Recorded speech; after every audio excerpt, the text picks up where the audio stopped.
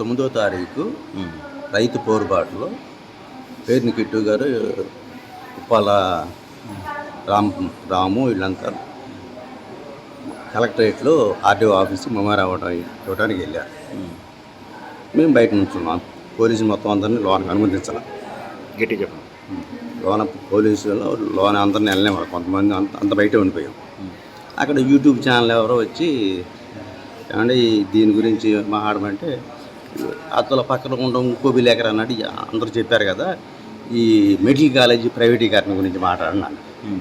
అది అయిపోయింది. అది అయిపోయిన తర్వాత ఏమంటే శృతి బేగాలి గొడవ ఏంటి అనేటప్పటికీ అది జరిగింది ఎప్పుడు టీడీపీ గవర్నమెంట్లో కదా, నేను ఏదో చేస్తా అన్నాడు పవన్ కళ్యాణ్.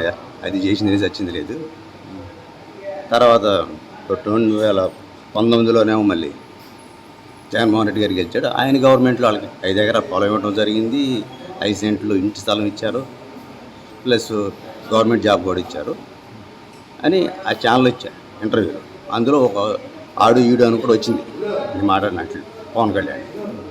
దాన్ని బేస్ చేసుకుని కొరియర్ సీను రాత్రి మా ఇంటి మీద దాడి చేశాడు. 100 మందిని వేసుకొచ్చి కొట్టి తలుపులు బద్దలు కొట్టేసి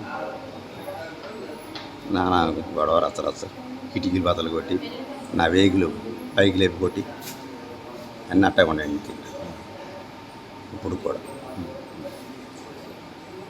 పక్కన తాలూకా ఎస్ఐ ఉన్నాడు, కానిస్టేబుల్ ఉన్నాడు. ఇక అక్కడి నుంచి తాలూకా ఎస్ఐ నన్ను తీసుకొచ్చి డిఎస్పీ గారు చెప్పాడు. ఎక్కడ చిరువళ్ళపాలెం దగ్గర. డిఎస్పీ గారు రాత్రి 12 వరకు ఉంచి అప్పుడు నన్ను గవర్నమెంట్ హాస్పిటల్ తాలూకాకి వెళ్ళి కేసు పెట్టమని పేరు నాని గారు పంపించాడు.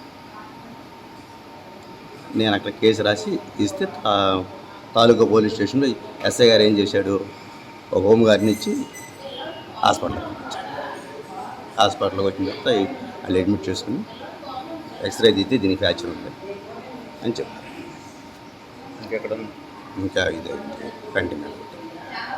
ఇక ఈ మీద అంటారా కాలుతో దాన్ని వేసారు, కింద పడి జోలు ఇచ్చారు. ఇక అది అయిపోయింది. ఇది షర్ట్ కూడా అందులో ఉంది.